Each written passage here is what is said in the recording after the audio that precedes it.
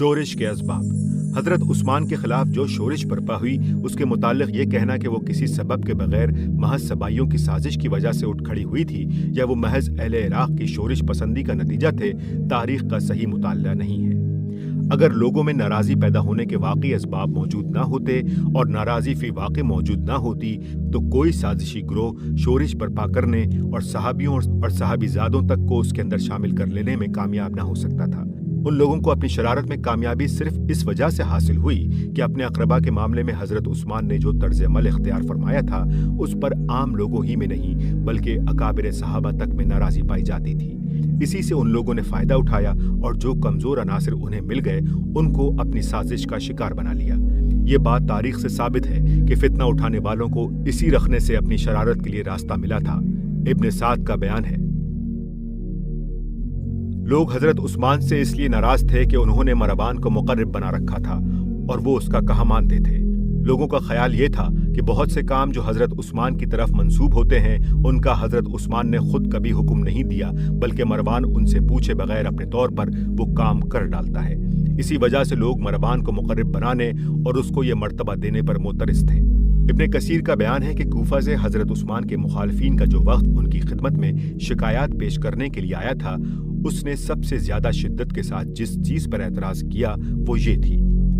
उन्होंने कुछ लोगों को हजरत उस्मान से इस अमर पर बहस करने के लिए भेजा कि आपने बहुत से सहाबा को माजूल करके उनकी जगह बनी उमैया में से अपने रिश्तेदारों को गवर्नर मुकर्रर किया है।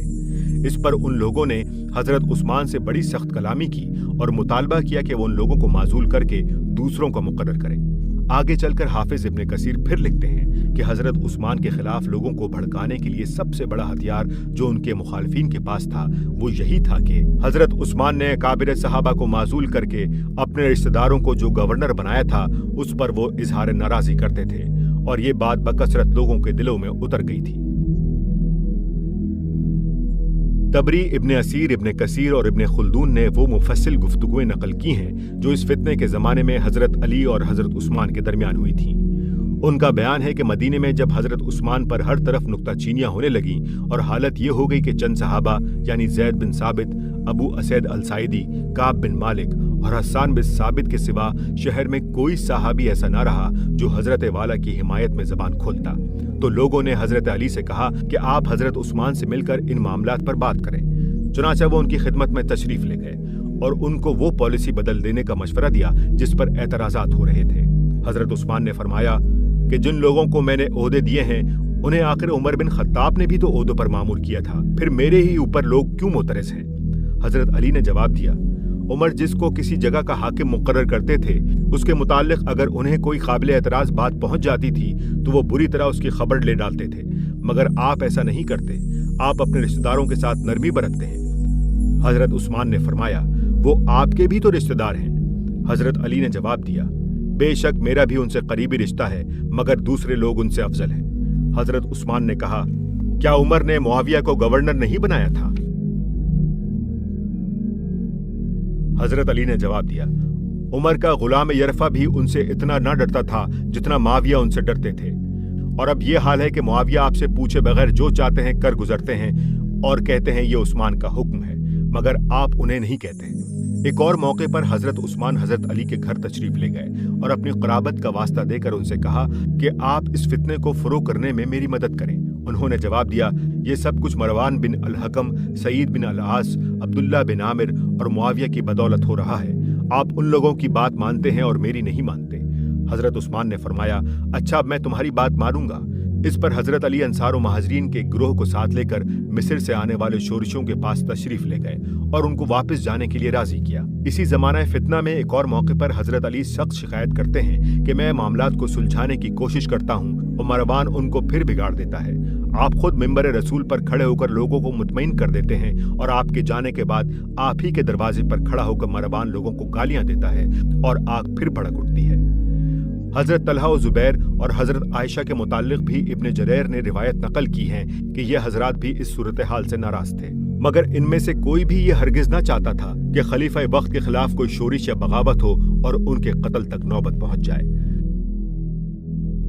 तबरी ने हजरत तलहा और जुबैर के ये अल्फाज नकल किए हैं कि हम सिर्फ ये चाहते थे कि अमीरुल मोमिनीन को ये पॉलिसी तर्क कर देने पर आमादा किया जाए। हमारा यह ख्याल हरगिज ना था कि वो कत्ल कर डाले जाएं, मगर बेवकूफ लोग बुर्दबार लोगों पर गालिब आ गए और उन्होंने उनको कत्ल कर दिया। ये तमाम वाक़यात इस अम्र की नाकाबिले तरदीद शहादत बहम पहुंचाते हैं कि फितने के आगाज की असल वजह वो बेइत्मीनानी ही थी जो अपने अक़रबा के मामले में हजरत उस्मान के तर्ज अमल की वजह से अवाम और ख्वास में पैदा हो गई थी, और यही बेइत्मीनानी उनके खिलाफ साजिश करने वाले फितना पर्दाज ग्रोह के लिए मददगार बन गई। ये बात तन्हा मैं ही नहीं कह रहा हूँ, बल्कि इससे पहले बहुत से मुहक्किकीन यही कुछ कह चुके हैं। मिसाल के तौर पर 7वीं सदी के शाफ़ी फ़क़ीह व मुहद्दिस हाफिज मुहिबुद्दीन अल तबरी हजरत उस्मान की शहादत के असबाब बयान करते हुए हजरत सईद बिन अल मुसय्यब का ये कौल नकल फरमाते हैं।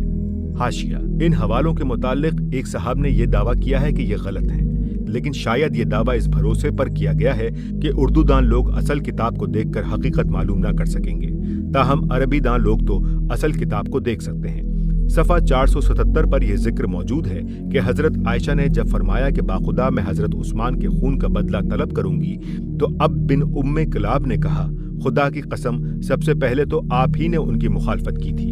हजरत आयशा ने जवाब दिया, उन लोगों ने हजरत उस्मान से तौबा कराई थी, फिर उनको कत्ल कर डाला।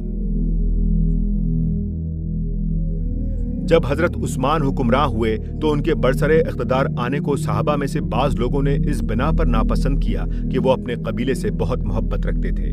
12 साल आप हुक्मरान रहे और 12 आपने बनी उमैया में से ऐसे लोगों को हुकूमत के मनासिब पर मुकर्रर फरमाया जिन्होंने रसूलुल्लाह सल्लल्लाहु अलैहि वसल्लम की सोबत ना पाई थी। आपके उमरा से ऐसे काम सादिर होते थे जिन्हें रसूलुल्लाह के असहाब पसंद न करते थे। आपसे उनकी शिकायत की जाती, मगर आप उन शिकायत को दूर न फरमाते। अपनी हुकूमत के आखिरी 6 सालों में आपने बनी को खास तरजीह दी और उन्हें हुकूमत व अमारत के मनासिब पर मुकर्रर फरमाया। हाफिज इब्ने हजर भी असबाब शहादत उस्मान पर कलाम करते हुए यही बात कहते हैं।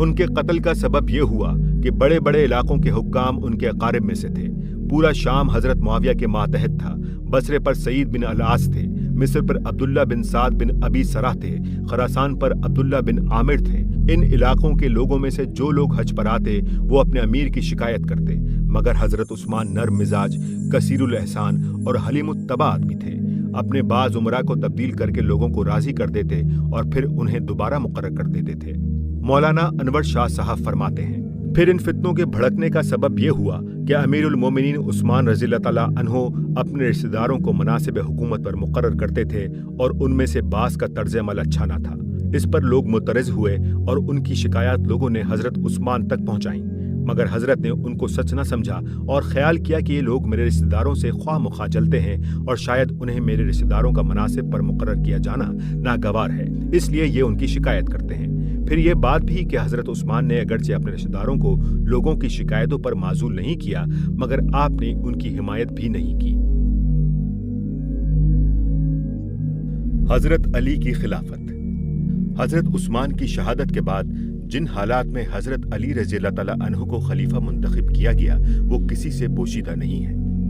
बाहर से आए हुए 2000 शोरशी दारुल खिलाफा पर मुसल्लत थे, खलीफा वक्त को कत्ल तक कर गुजरे थे। खुद दारुल खिलाफा में भी एक अच्छी खासी तादाद उनकी हमख्याली मौजूद थी। नए खलीफा के इंतखाब में वो लोग यकीनन शरीक हुए और ऐसी रिवायात भी बिलाशुबा मौजूद हैं कि हजरत अली को खलीफा मुंतखब कर लिया गया तो उन लोगों ने बाज हजरात को जबरदस्ती भी बैत पर मजबूर किया था। लेकिन सवाल ये है कि क्या ये इंतखाब गलत था? क्या उस वक्त हजरत अली से बेहतर कोई आदमी मदीना ही में नहीं पूरी दुनिया इस्लाम में ऐसा मौजूद था जिसे खलीफा मुंतखब होना चाहिए था? हाशिया, एक साहब ने दावा किया है कि उस वक्त हजरत अली सहाबा में सबसे अफजल ना थे और उनकी ये हैसियत ना थी कि खिलाफत के लिए लोगों की निगाहें उनकी तरफ उठती, मगर इसका सही फैसला करने वाले आज के कोई साहब नहीं हो सकते, बल्कि खुद उस अहद के लोग ही इसके बेहतरीन जज हो सकते थे। उनकी राय इस मामले में जो कुछ थी वो उसी वक्त जाहिर हो गई थी जब हजरत उमर की शहादत के बाद असहाब शूरा ने खलीफा के इंतखाब का मामला हजरत अब्दुर्रहमान बिन औफ के सुपुर्द किया था और उन्होंने मदीना में आम इस्तिस्वाब राय फरमाया था। इसके मुताल्लिक हाफिज इब्ने कसीर लिखते हैं, फिर हजरत अब्दुर्रहमान बिन औफ लोगों से मशवरा लेने और आम मुसलमानों की राय मालूम करने के लिए निकले और खुफिया व एलानिया फर्दन और मुश्तमान अवाम के सरदारों और बाअसर लोगों की राय दरियाफ्त करते फिरे, हत्ता के पर्दादार खवातीन से जाकर पूछा, मदरसों में जाकर तालिब इल्मों से पूछा, बाहर से मदीना आने वाले लोगों से पूछा और 3 दिन रात वो इस काम में मशगूल रहे। फिर उन्होंने हजरत अली और हजरत उस्मान को मुखातिब करके कहा कि मैंने आप दोनों के मुतालिक लोगों की राय पूछी है। मैंने कोई ऐसा शख्स नहीं पाया जो आप दोनों हजरात के बराबर किसी और शख्स को समझता हो। फिर हजरत अब्दुर्रहमान बिन औफ ने मस्जिद नबवी के इज्तिमा में तकरीर करते हुए फरमाया, हजरात, मैंने आप लोगों से खुफिया और एलानिया दोनों तरीकों से आपकी राय मालूम की है। मैंने ये नहीं पाया कि आप लोग किसी को इन दोनों असहाब के बराबर समझते हैं, या अली के हक में आपकी राय है या उस्मान के हक में। इससे ये बात साबित हो जाती है कि हजरत उस्मान की शहादत के बाद हजरत अली ही वो शख्स थे जिसकी तरफ खिलाफत के लिए लोगों की निगाहें उठ सकती थीं। क्या उस वक्त के राइज और मुसल्लम इस्लामी दस्तूर की रूह से हजरत अली जायज तौर पर खलीफा मुंतखब ना हो गए थे? क्या इस्लामी दस्तूर में ऐसी कोई चीज कहीं पाई जाती है कि नए खलीफा के इंतखाब में अगर साबिक खलीफा के खिलाफ शोरिश बर्पा करने वाला गुरोह भी शरीक हो गया हो तो उसका इंतखाब गैर कानूनी करार पाए?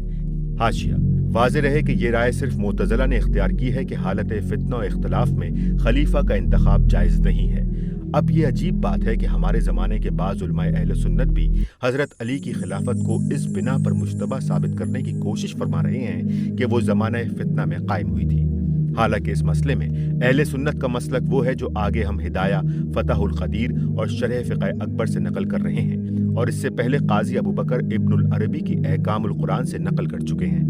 क्या ये दुरुस्त था और यही होना चाहिए था कि एक खलीफा शहीद हो चुका हो और दूसरा खलीफा उसकी जगह जल्दी से जल्दी मुंतखब न कर लिया जाए, बल्कि दुनिया इस्लाम एक मुद्दत तक बेखलीफा ही पड़ी रहे? और अगर बिलफर्ज ये मान भी लिया जाए कि हजरत अली दानिस्ता ही कातलीन उस्मान को गिरफ्तार करने और उन पर मुकदमा चलाने में कोताही कर रहे थे या उनके हाथ में बेबस थे, तब भी क्या इस्लामी आईन और दस्तूर की रूह से ये बात उनकी खिलाफत को नाजायज और उनके खिलाफ तलवार लेकर खड़े हो जाने को जायज कर देने के लिए काफी थी? ये वो बुनियादी सवालात हैं जो बाद के वाकयात के बारे में एक सही राय कायम करने के लिए फैसला कुन अहमियत रखते हैं। अगर कोई शख्स इन सवालात का जवाब अज़बात में देना चाहता हो तो वो जरूर अपनी दलील पेश करे, लेकिन पहली सदी से लेकर आज तक तमाम अहले सुन्नत बिल इत्तफाक हजरत अली रज़ियल्लाहु ताला अन्हु को चौथा खलीफा राशिद तस्लीम करते रहे हैं और हमारे अपने मुल्क में हर जुम्मे को बिल इल्तिज़ाम उनकी खिलाफत का ऐलान कर रहे हैं। कमोबेश यही सूरत हाल खुद हजरत अली के ज़माने में भी थी कि एक शाम के सूबे को छोड़कर जज़ीरतुल अरब और उसके बाहर के तमाम इस्लामी मकबूजात उनकी खिलाफत मान रहे थे। मुमलिकत का निज़ाम अमलन उन्हीं की खिलाफत पर कायम हो चुका था और उम्मत की अजीम अक्सरियत ने उनकी सरबराही तस्लीम कर ली थी। जहां तक मैं तहकीक कर सका हूं, उलमाए अहले सुन्नत में आज तक कोई एक आलिम भी ऐसा नहीं गुजरा है जिसने हजरत उस्मान के बाद हजरत अली को चौथा खलीफा राशिद तस्लीम ना किया हो या उनकी बैत के सही होने में शक जाहिर किया हो, बल्कि उलमाए अहनाफ ने तो उनकी खिलाफत के इकरार और एतराफ़ को अकायदे अहले सुन्नत में से एक अकीदा करार दिया है, जैसा कि हम इस किताब के बाब हफ्तुम में शराह तहाविया के हवाले से बयान कर चुके हैं। ये भी अम्र वाक़या है कि तमाम फुक़ाहा व मुहद्दिसीन व मुफस्सिरीन ने बिल-इत्तफ़ाक़ हज़रत अली की उन लड़ाइयों को जो आपने असहाब जमल, असहाब सफ़ैन और ख़वारिज से लड़ी, कुरान मजीद की आयत के तहत हक़ बजानिब ठहराया है, क्योंकि उनके नज़दीक आप इमाम अहले अदल थे और आपके खिलाफ खुरूज जायज़ न था। मेरे इल्म में कोई एक भी फ़क़ीह या मुहद्दिस या मुफस्सिर ऐसा नहीं है जिसने इससे मुख्तलिफ कोई राय ज़ाहिर की हो। खुसूसियत के साथ उलमाए हनफिया ने तो बिल-इत्तफ़ाक़ ये कहा है कि उन सारी लड़ाइयों में हक़ हज़रत अली के साथ था और उनके खिलाफ जंग करने वाले बगावत के मुर्तकिब थे। मिसाल के तौर पर साहिब हिदाया की हस्ब ज़ेल इबारत मुलाहिज़ा हो। फिर सुल्तान जायज़ की तरफ से ओहदा क़ज़ा कबूल करना इसी तरह जायज़ है जिस तरह सुल्तान आदिल से कबूल करना जायज़ है, क्योंकि सहाबी रज़ियल्लाहु अन्हुम ने हज़रत मुआविया रज़ियल्लाहु ताला अन्हु की तरफ से ओहदा क़ज़ा कबूल किया था, हालांकि अपनी खिलाफत की नौबत आने पर हक़ हज़रत अली के हाथ में था। अल्लामा इब्न हम्माम इस इबारत की शरह करते हुए फतहुल क़दीर में लिखते हैं, यह हज़रत मुआविया की जौर की तसरीह है और इससे मुराद अदालती फैसलों में उनका जौर नहीं बल्कि उनका खुरूज है। असल बात यह है कि हक़ हज़रत अली ही के साथ था, क्योंकि अपनी नौबत आने पर वो सही बैत से खलीफा मुक़र्रर हुए थे और उनकी खिलाफत मुनक्किद हो चुकी थी। लिहाजा अहले जमल के खिलाफ और सफ़ैन के मुकाम पर हज़रत मुआविया के खिलाफ लड़ाई में वो हक़ पर थे। मजीद बरा रसूलुल्लाह सल्लल्लाहु अलैहि वसल्लम का हज़रत अम्मार के बारे में यह इरशाद कि तुमको एक बागी ग्रोह कत्ल करेगा, इस मामले में बिल्कुल सरी है कि हज़रत मुआविया के साथ ही बागी थे, क्योंकि हज़रत अम्मार को उन्हीं ने कत्ल किया। मुल्ला अली कारी ने हनफी नुक्ता नज़र की तर्जुमानी करते हुए शरह फ़िक़्ह अकबर में हज़रत अली की खिलाफत पर जो मुफस्सिल बहस की है वो पूरी की पूरी काबिल दीद है।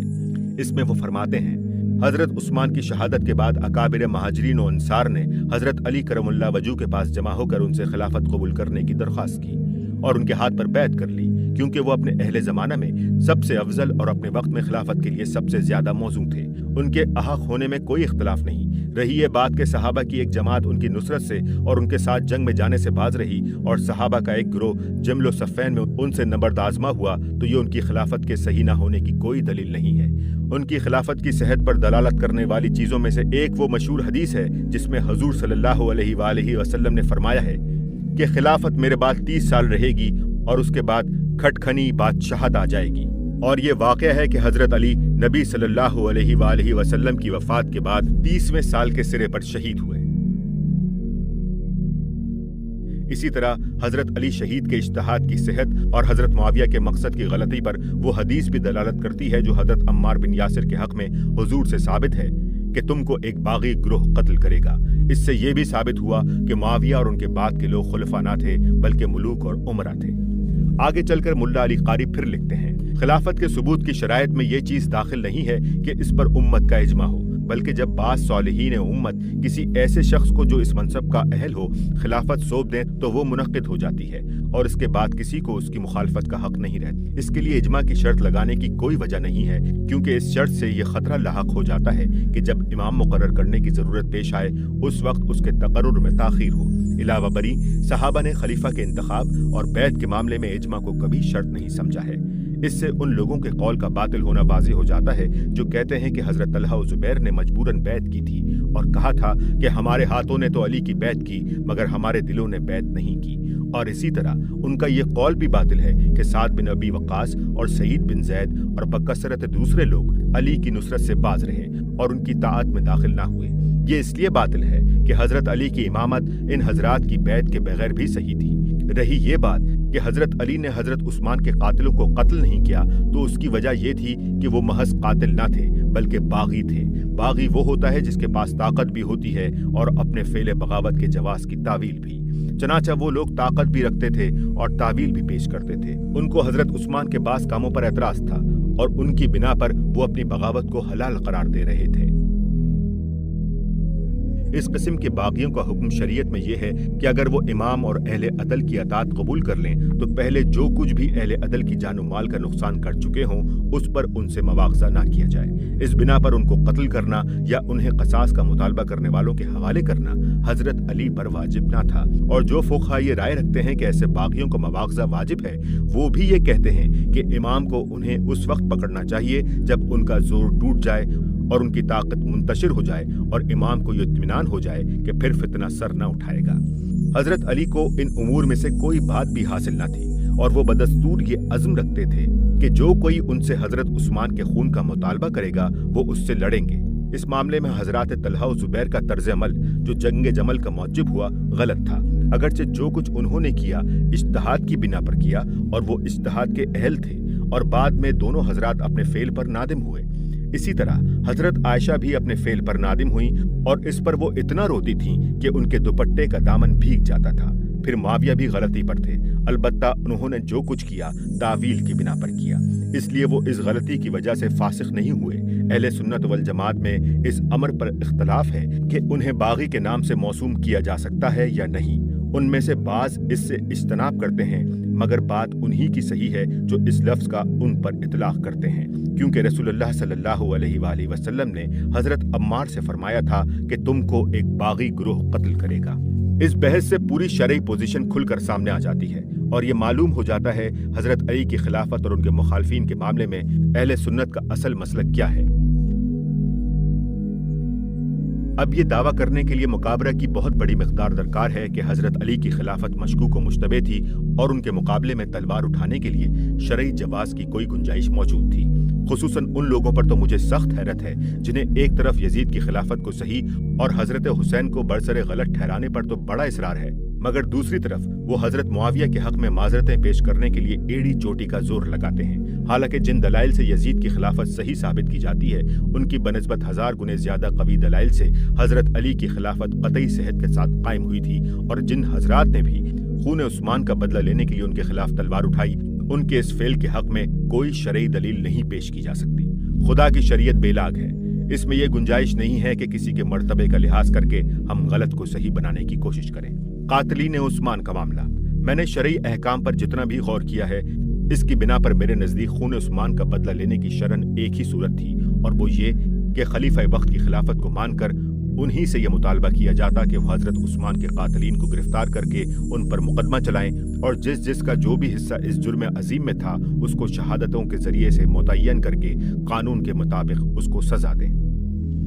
दूसरी तरफ उस वक्त के हालात का मैंने जिस कदर भी मुताला किया है उसकी बिना पर मैं ये समझता हूँ कि अमलन ये कानूनी तरीक़ेकार के बगैर इख्तियार नहीं किया जा सकता था कि हजरत अली के साथ सब लोग ताउन करते और उनको पुरअमन हालात में काम करने का मौका दिया जाता। जैसा कि तारीखी वाक़यात से साबित है, जो लोग साजिश करके मदीना पर चढ़ आए थे और उनकी तादाद 2000 के करीब थी, खुद मदीना में भी एक तादाद उनके हामियों की मौजूद थी,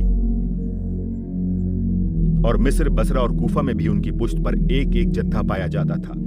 अगर तमाम अहले हक हजरत अली के गिर्द जमा हो जाते और उनसे ताउन करते तो इन जत्थों को मुंतशिर करने के बाद उन पर हाथ डाल सकते थे, लेकिन जब एक तरफ 62 सहाबा के एक गिरोह ने गैर जानिबदारी की रविश इख्तियार की और दूसरी तरफ बसरे और शाम में ताकतवर फौजें हजरत अली से लड़ने के लिए जमा हो गईं, तो उनके लिए न सिर्फ ये कि इस गिरोह पर हाथ डालना मुमकिन न रहा, बल्कि वो अमलन मजबूर हो गए कि इन ताकतवर फौजों के मुकाबले में जिन लोगों से भी मदद ले सकते थे उनसे मदद लें और एक तीसरी लड़ाई कातिलीन उस्मान के जत्थे से ना छेड़ दें। मेरी इस राय से अगर किसी को इख्तलाफ है तो वो मुझे बताए कि हजरत अली कातिलीन उस्मान के इस मजबूत जत्थे को किस वक्त पकड़ते, क्या खिलाफत संभालते ही फौरन, या जंग जमल के जमाने में, या जंग सफ़ैन के जमाने में, या जंग सफ़ैन के बाद उस जमाने में जबकि एक तरफ हजरत मुआविया उनके मुकाबले में मुमलिकत के एक एक सूबे को तोड़ लेने की कोशिश कर रहे थे और दूसरी तरफ खवारिज उनके खिलाफ सफारा थे। इज्तिहादी गलती क्या है और क्या नहीं है। ऊपर जो कुछ मैंने अर्ज किया है उससे ये बात वाज़ेह हो जाती है कि जिन हजरात ने भी कातिलीन उस्मान से बदला लेने के लिए खलीफा वक्त के खिलाफ तलवार उठाई उनका ये फेल शरई हैसियत से भी दुरुस्त ना था और तदबीर के एतबार से भी गलत था। मुझे ये तस्लीम करने में जर्रा बराबर तामुल नहीं है कि उन्होंने ये गलती नेक नियति के साथ अपने आप को हक बजानिब समझते हुए की थी, मगर मैं इसे महज गलती समझता हूँ। इसको इज्तिहादी गलती मानने में मुझे सख्त तामुल है। इज्तिहाद की इस्तिलाह का इतलाक मेरे नज़दीक सिर्फ इस राय पर हो सकता है जिसके लिए शरीयत में कोई गुंजाइश पाई जाती हो, और इज्तिहादी गलती हम सिर्फ उस राय को कह सकते हैं जिसके हक में कोई ना कोई शरई इस्तदलाल तो हो मगर वो सही ना हो या बेहद कमजोर हो। अब कोई साहिब इल्म बराए करम ये बता दें कि हजरत अली के खिलाफ तलवार उठाने के लिए जवाज की कोई कमजोर से कमजोर गुंजाइश भी शरीयत में अगर थी तो वो आखिर क्या थी। जहां तक जंग जमल का ताल्लुक है, मोतबर रिवायात के रूह से हजरत तलहा और हजरत जुबैर दोनों ऐन जंग से पहले अपनी गलती मानकर मैदान से हट गए थे और हजरत आयशा ने बाद में अपनी गलती तस्लीम कर ली। रहे हजरत मुआविया तो वो बिलाशुबा अपने आप को हमेशा हक बजानिब समझते रहे, मगर उनकी लड़ाई के लिए जवाज की माकूल गुंजाइश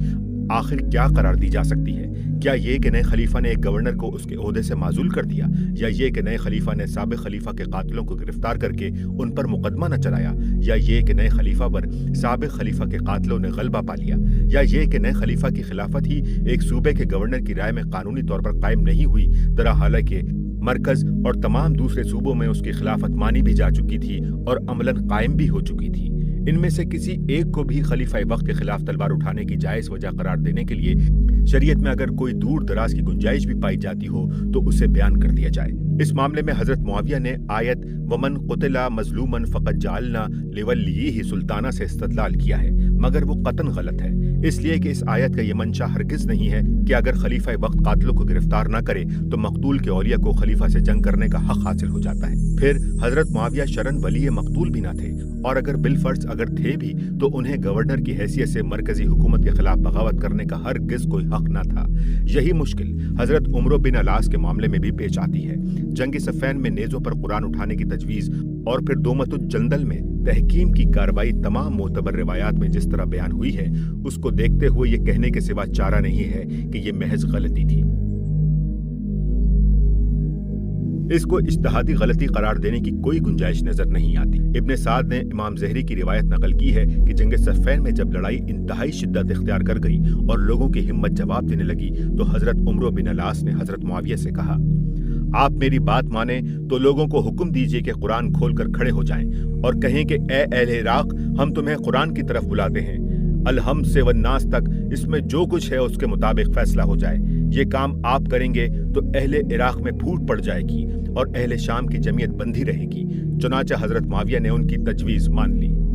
یہی بات زیادہ تفصیل کے ساتھ ابن جریر، ابن کثیر، ابن اسیر اور ابن خلدون نے بھی نقل کی ہے۔ ان سب کا متفقہ بیان یہ ہے کہ حضرت عمرو نے قرآن کو حکم بنانے کی تجویز پیش کرتے ہوئے اس کی مصلحت یہ بیان فرمائی تھی کہ یا تو اس کا نتیجہ یہ ہوگا کہ حضرت علی کے لشکر میں پھوٹ پڑ جائے گی، یا اگر وہ سب اسے مان بھی گئے تو ہمیں کچھ مدت کے لیے جنگ کو ٹالنے کا موقع مل جائے گا۔ اس کے سوا قرآن اٹھانے کی کوئی اور غرض جہاں تک مجھے معلوم ہے کسی مورخ نے بیان نہیں کی ہے۔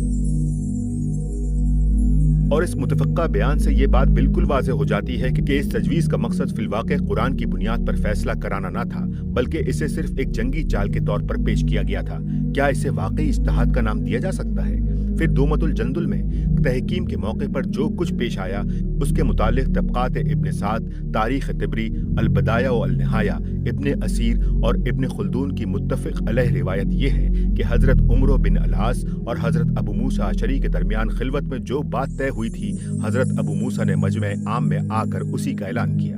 اور حضرت عمرو نے اپنا فیصلہ اس کے بالکل خلاف پیش کر دیا۔ اس رودات کو پڑھ کر آخر کون انصاف پسند آدمی یہ کہہ سکتا ہے کہ یہ اجتہاد تھا؟ یزید کی ولی عہدی کا معاملہ۔ سب سے زیادہ حیرت مجھے اس استدلال پر ہے جس سے یزید کی ولی عہدی کو جائز ثابت کرنے کی کوشش کی جاتی ہے۔ بعض حضرات یہ تو مانتے ہیں کہ اس کارروائی سے برے نتائج برآمد ہوئے، مگر وہ کہتے ہیں کہ حضرت معاویہ اگر یزید کو جانشین نامزد کر کے اپنی زندگی ہی میں اس کے لیے بیعت نہ لے لیتے تو ان کے بعد مسلمانوں میں خانہ جنگی ہوتی اور قیصر روم چڑھ آتا اور اسلامی ریاست ہی کا خاتمہ ہو جاتا۔ اس لیے ان بدترین نتائج کی بنسبت وہ نتائج کم تر ہی برے ہیں جو یزید کو ولی عہد بنانے سے رونما ہوئے۔ میں پوچھتا ہوں کہ اگر فی الواقع حضرت معاویہ کا یہ خیال تھا کہ ان کے بعد کہیں جانشینی کے لیے امت میں خانہ جنگی برپا نہ ہو اور اس بنا پر وہ یہ ضرورت محسوس فرماتے تھے کہ اپنی زندگی ہی میں اس کا فیصلہ کر کے اپنے ولی عہد کے لیے بیعت لے لیں، تو کیا وہ اس نہایت مبارک خیال کو عمل میں لانے کی یہ صورت اختیار نہ فرما سکتے تھے کہ بقایا صحابہ اور اکابر تابعین کو جمع کرتے اور ان سے کہتے کہ میری جانشینی کے لیے ایک موضوع آدمی کو میری زندگی ہی میں منتخب کر لو، اور جس کو وہ منتخب کرتے اس کے حق میں سب سے بیعت لے لیتے۔ اس طریقہ کار میں آخر کیا امر مانے تھا؟ اگر حضرت معاویہ یہ راہ اختیار کرتے تو کیا آپ سمجھتے ہیں کہ خانہ جنگی پھر بھی برپا ہوتی اور قیصر روم پھر بھی چڑھاتا اور اسلامی ریاست کا خاتمہ کر ڈالتا؟ حضرت علی کی بیجا وکالت کا الزام۔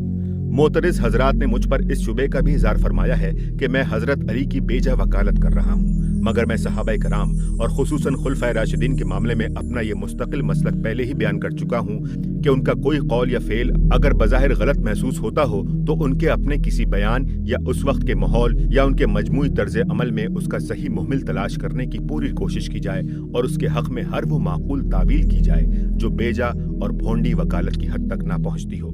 سیدنا علی رضی اللہ تعالیٰ عنہ کے معاملے میں رسائل و مسائل حصہ اول کے مضمون حضرت علی کی امیدواری خلافت اور موجودہ زیر بحث مضمون میں جو رویہ میں نے اختیار کیا ہے وہ دراصل اسی قاعدے پر مبنی ہے، کوئی بیجا وکالت نہیں ہے جس کا مجھے تانا دیا جا رہا ہے۔ میں جب دیکھتا ہوں کہ تمام معتبر روایات کی روح سے شیخین اور حضرت عثمان کے پورے دور خلافت میں جس خلوص اور کامل جذبہ رفاقت کے ساتھ انہوں نے ان تینوں حضرات کے ساتھ تعاون کیا اور جیسے محبت کے تعلقات ان کے درمیان رہے اور حضرت ابو بکر و عمر کی وفات کے بعد جس طرح دل کھول کر وہ ان کی تعریفیں کرتے رہے، تو مجھے وہ روایات کمزور محسوس ہوتی ہیں جن میں یہ بتایا گیا ہے کہ وہ ان میں سے ہر ایک کے خلیفہ بنائے جانے پر ناراض تھے، اور وہ روایات زیادہ قوی معلوم ہوتی ہیں جو یہ بتاتی ہیں کہ انہوں نے ہر ایک کی خلافت آغاز ہی میں دل سے قبول فرمائی تھی۔ جب دونوں طرح کی روایات موجود ہیں اور سند کے ساتھ بیان ہوئی ہیں تو آخر ہم ان روایات کو کیوں نہ ترجیح دیں جو ان کے مجموعی طرز عمل سے مناسبت رکھتی ہیں، اور خواہ مخواہ وہی روایات کیوں قبول کریں جو اس کی ضد نظر آتی ہیں۔ اسی طرح حضرت عثمان کی شہادت سے لے کر خود ان کی اپنی شہادت تک ایک ایک مرحلے پر ان کا جو رویہ رہا ہے اس کے ہر جز کا ایک صحیح محمل میں نے تلاش کیا، اور ان کے اپنے بیانات یا اس وقت کے حالات و واقعات میں وہ مجھے مل گیا، मगर सिर्फ एक मालिक उल अश्तर और मोहम्मद बिन अबी बकर को गवर्नरी का ओहदा देने का फेल ऐसा था जिसको किसी तावील से भी हक बजाने करार देने की गुंजाइश मुझे न मिल सकी। इसी बिना पर मैंने इसकी मदाफियत से अपनी माजूरी जाहिर कर दी है। बाज हजरात बार बार ये बहस छेड़ते हैं कि हजरत उस्मान की तरह हजरत अली ने भी तो अपने अहद खिलाफत में अपने अकरबा को बड़े बड़े ओहदे दिए थे, लेकिन वो इस बात को भूल जाते हैं कि मेरी इस किताब का मौजू क्या है। मैं इस किताब में तारीख नहीं लिख रहा हूँ, बल्कि इस सवाल पर बहस कर रहा हूँ कि वो क्या वाक़यात थे जो आगाज़ फितना का सबब बने। जाहिर है कि इस मसले पर कलाम करते हुए हजरत उस्मान रज़ियल्लाहु ताला अन्हु का दौर ही ज़ेर बहस आएगा, ना कि हजरत अली रज़ियल्लाहु ताला अन्हु का दौर। उन्होंने अपने अहद में जो कुछ भी किया उसे आगाज़ फितना के असबाब में शुमार नहीं किया जा सकता। खात्मा कलाम।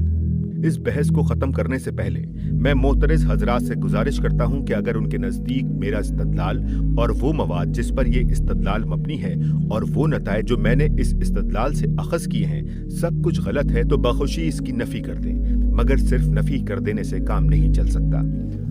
उनको खुद मस्बत तरीके से साफ साफ ये बताना चाहिए। नंबर 1, कुरान और सुन्नत की रूह से इस्लामी रियासत के कवायद और इस्लाम के उसूल हुक्मरानी फिलवाक़े क्या हैं। नंबर 2, खिलाफत राशिदा की वो असल खुसूसियात क्या हैं जिनकी बिना पर वो खिलाफत अला मिनहाजुन नबवा करार दी जाती है। नंबर 3, इस खिलाफत के बाद मुसलमानों में मलूकियत आई या नहीं। नंबर 4,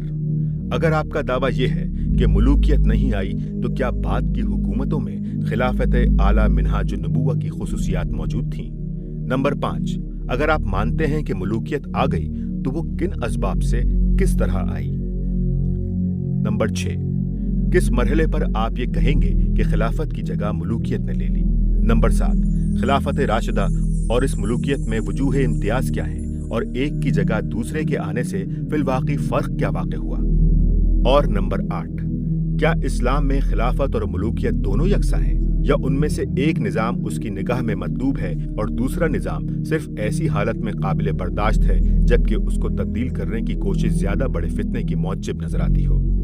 ये वो सवालात हैं जिन पर गौर फिक्र करने से आप उन हजारों लाखों आदमियों के दिमाग बंद नहीं कर सकते जो आज तारीख इस्लाम और इल्म सियासत के इस्लामी शोबे का मुताला कर रहे हैं। इनका जवाब अगर मैंने गलत दिया है तो आप सही दे दें। ये फैसला आम अहले इल्म खुद कर लेंगे कि दोनों जवाबों में से कौन सा जवाब माकूल और मुदल्लिल है। इस्तदराक। मैंने इस किताब में इस अम्र की सख्त एहतियात मलहूज रखी है कि कोई बात बिला हवाला बयान ना की जाए, मगर अफसोस है कि सफ़ा 109 पर यह बात हवाले के बगैर दर्ज हो गई कि हजरत अब्दुल्ला बिन साद बिन अबी सराह पहले मुर्तद हो चुके थे और फतह मक्का के मौके पर हजरत उस्मान की सिफारिश से नबी सल्लल्लाहु अलैहि वसल्लम ने उनकी जान बख्शी करके उनकी बैत कबूल फरमाई थी। ये वाक़या अबू दाऊद बाबुल हुकुम फी मन अरतद, निसाई बाबुल हुकुम फी अल मर्तद, मस्तदरक हाकिम किताबुल मुगाजी, तबक़ात इब्न साद जिल्द 2 सफ़ा 136 ता 141, सीरत इब्न हश्शाम जिल्द 4 सफ़ा 51 और 52, मुस्तफ़ा अल-बाबी अल-हलबी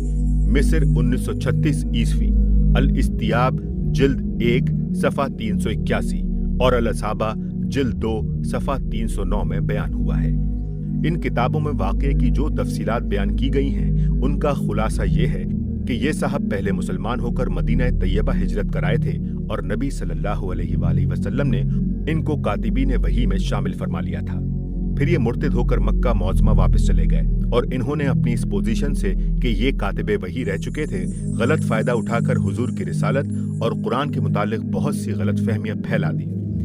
इसी वजह से फतह मक्का के मौके पर जिन लोगों के मुतालिक हुजूर ने ऐलान फरमाया था कि वो अगर काबे के पर्दों में भी छुपे हुए हों तो उनको कत्ल कर दिया जाए, उनमें ये भी शामिल थे। इस ऐलान को सुनकर ये हजरत उस्मान रज़ियल्लाहु ताला अन्हु के पास जो इनके रज़ाई भाई थे पनागज़ीन हुए और उन्होंने इनको छुपा लिया। जब मक्के में अमनो अमान हो गया और नबी सल्लल्लाहु अलैहि वसल्लम अहले मक्का से बैत लेने के लिए तशरीफ फरमा हुए तो हजरत उस्मान इनको लेकर हुजूर के सामने पहुंच गए और इनके लिए उफ़ू तक़सीर की दरखास्त करते हुए गुजारिश की कि इनकी बैत भी कबूल फरमा लें।